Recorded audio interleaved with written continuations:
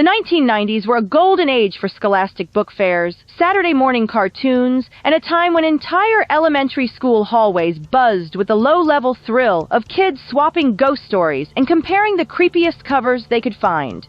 It was the decade where a whole generation got its first real spine-tingling brush with horror, packaged neatly in slim paperbacks with embossed titles and slime-dripping logos. And towering above all other middle-grade spookfests was Goosebumps, RL Stine's unnervingly prolific, oddly comforting, and wildly successful series of horror novels written just for kids.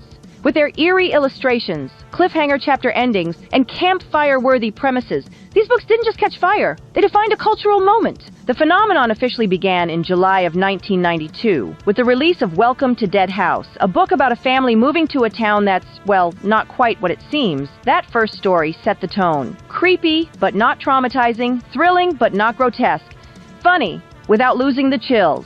Kids immediately latched on. The tone was perfect. It felt dangerous, but safe.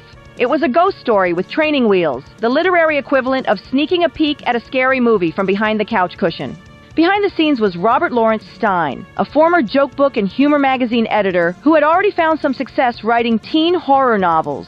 When Scholastic approached him about creating a scary series for a younger audience, he leaned into the idea with surprising speed and staggering consistency. What was supposed to be a modest 6-book experiment quickly turned into a 62-book juggernaut. Stine wrote at a breakneck pace, sometimes cranking out an entire novel in less than a week. He often began with the title, The Cuckoo Clock of Doom, It Came From Beneath the Sink, The Horror at Camp Jelly Jam, and then let the story spiral out from there.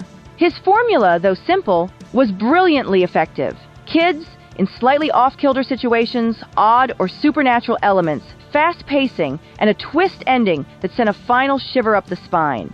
By the mid-1990s, Goosebumps had transformed from a book series into a legitimate pop culture monster. Stine was reportedly selling 4 million books every single month. The books were mainstays at every school book fair and public library, often flying off shelves faster than they could be restocked. Kids collected them, traded them, argued over which were scariest, and debated whether Monster Blood or The Haunted Mask had the better plot. The series became a must-have for every backpack and nightstand. Teachers might have rolled their eyes, and some parents worried the books were too scary, but most saw the big picture. Kids were excited to read, and that was a win. Critics, naturally, had their opinions. Many dismissed the books as lightweight, overly formulaic, or simply poorly written. And sure, no one was confusing Stay Out of the Basement with Dickens, but to millions of kids, none of that mattered. Goosebumps wasn't about literary prestige. It was about fun. It was about suspense and surprise, about that electric jolt you felt when the story flipped on its head in the final paragraph. And the books were approachable. They were fast, short, and written in plain language that even reluctant readers could tear through in an afternoon. For a lot of kids, they were the first books they read by choice,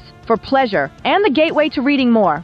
What made the series even more engaging was the variety in its settings and plots. One week, you might be stuck in a haunted summer camp. The next, you're being chased by a living ventriloquist dummy, or discovering your neighbor is actually a ghost, or realizing your camera predicts disaster. The villains were often absurd, like lawn gnomes come to life or egg monsters from Mars. But they were memorable. Every book featured a kid or a group of kids front and center, which made it easy to imagine yourself in their place. There were no adults swooping in to save the day. These were children facing bizarre, sometimes nightmarish threats on their own and figuring out how to survive using only their brains, their bravery, and sometimes a little luck.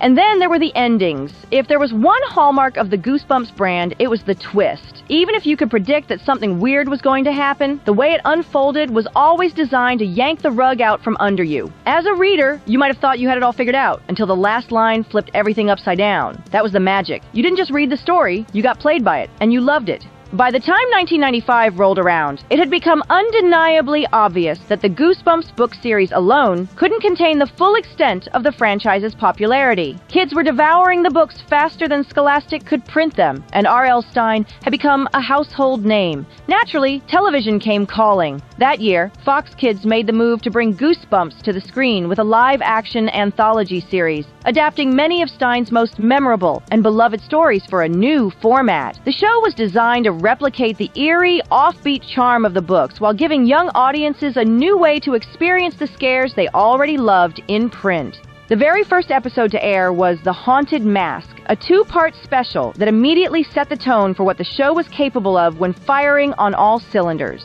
It told the story of Carly Beth, a timid girl who dons a grotesque Halloween mask that fuses to her face and slowly takes control of her personality. The episode's makeup effects, shadowy lighting, and unrelenting creepiness helped establish The Haunted Mask as one of the most iconic Goosebumps tales, both on the page and the screen. Carly Beth's descent into panic as the mask refuses to come off is still remembered today as one of the defining moments of the franchise. The image of her warped face, consumed by the rubbery mask, remains burned into the memories of countless kids who watched it on broadcast TV or VHS.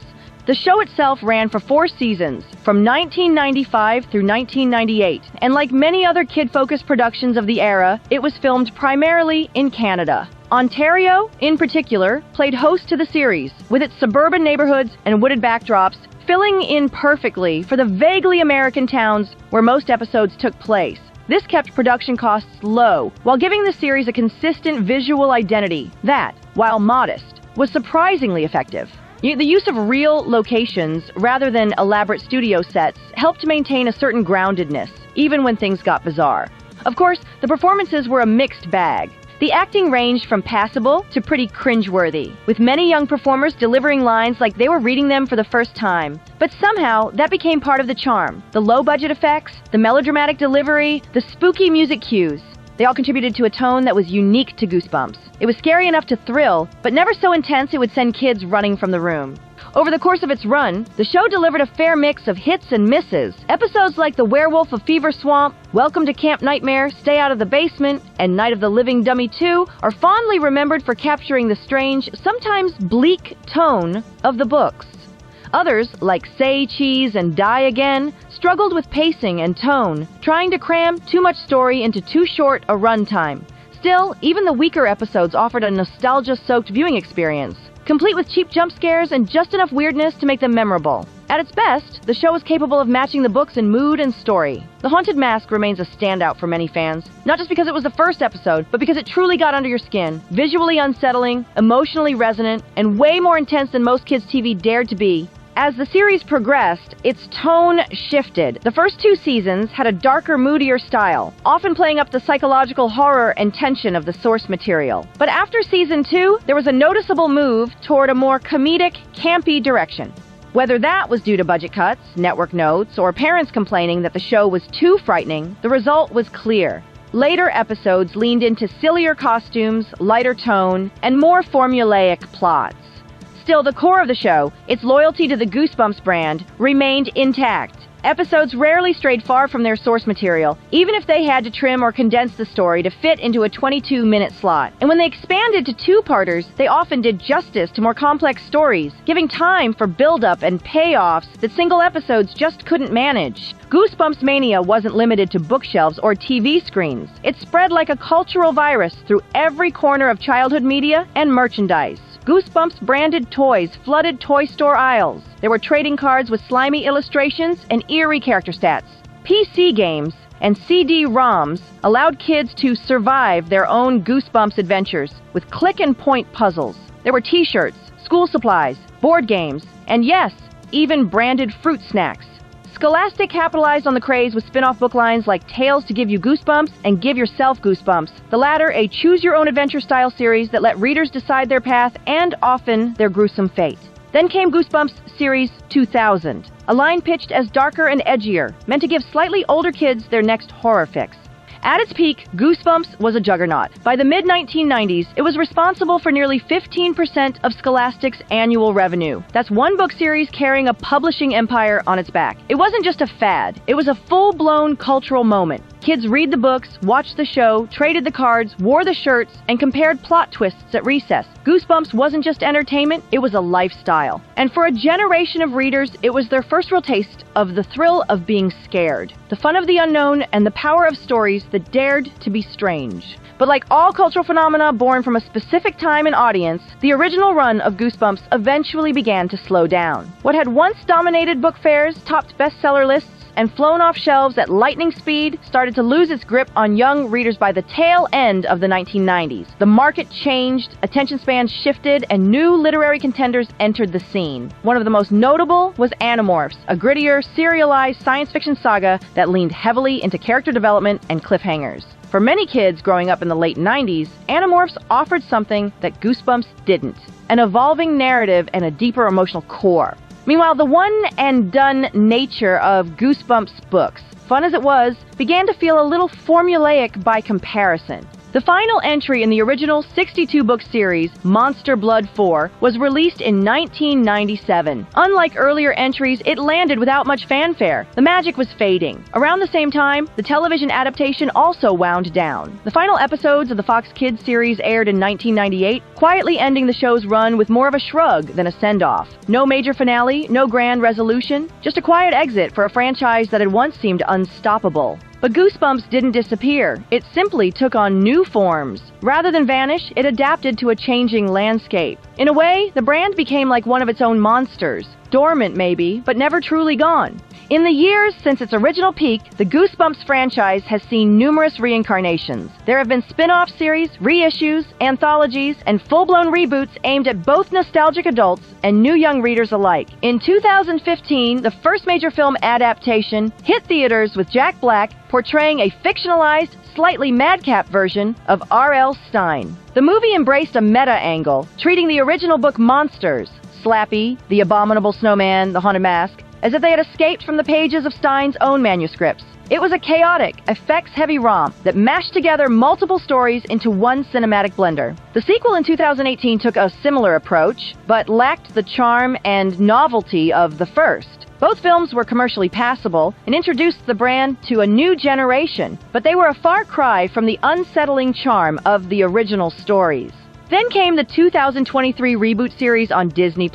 Hopes were cautiously high, after all. With modern budgets, streaming flexibility, and decades of hindsight, this seemed like the perfect opportunity to get it right. But the end result left many longtime fans disappointed. The show leaned heavily into serialized storytelling and focused more on character drama and overarching plotlines than the quirky, contained creepiness that had defined Goosebumps. The horror was downplayed, the monsters sidelined. What fans got was more teen soap than chilling anthology, something closer to Riverdale with a spooky Instagram filter than the pulpy, campy fun they remembered. For readers and viewers who grew up clutching their dog-eared copies of Stay Out of the Basement, this glossy, hyper-modern reboot felt more like an echo than a revival. Which brings everything back to the original 90s series, a show that, despite its flaws, remains deeply cherished. The acting, especially in the earlier seasons, was stiff. The special effects were sometimes laughable, the pacing occasionally choppy, and yet there was something undeniable about its charm. The show had heart. It clearly respected the source material and, for the most part, adapted it faithfully. It embraced the weirdness rather than sand off the edges. The best episodes, The Haunted Mask, Welcome to Camp Nightmare, The Werewolf of Fever Swamp, and Stay Out of the Basement, are still widely recognized as highlights. Even today, watching those episodes conjures the same cozy thrill that once lit up countless Friday night sleepovers and VHS marathons.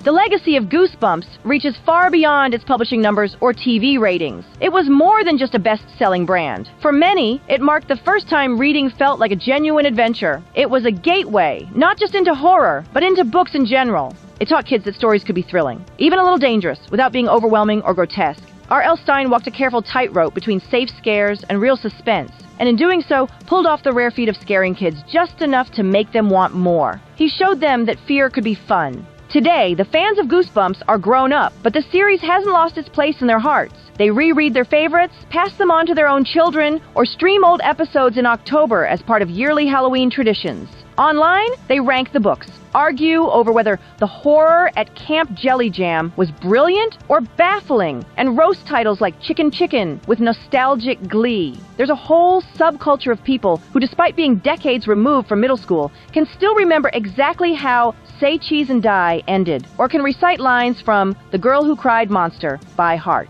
And that's the real magic. Goosebumps didn't have to be perfect to leave a mark. The books didn't need deep characterization or literary polish. The show didn't need cutting-edge effects or Emmy-caliber acting. What they offered instead was atmosphere, imagination, and an invitation to embrace the unknown. Together, the books and show created a world where monsters lurked just out of view, basements were always suspicious, and cursed objects had a tendency to ruin your weekend. For 120 pages or a 22-minute episode, Goosebumps invited kids to feel scared and powerful for maybe the first time. That invitation still stands. Whether you're flipping through a worn paperback with that embossed, slime-dripping title or revisiting old episodes on a rainy evening, Goosebumps is always there, waiting to remind you how fun fear can be.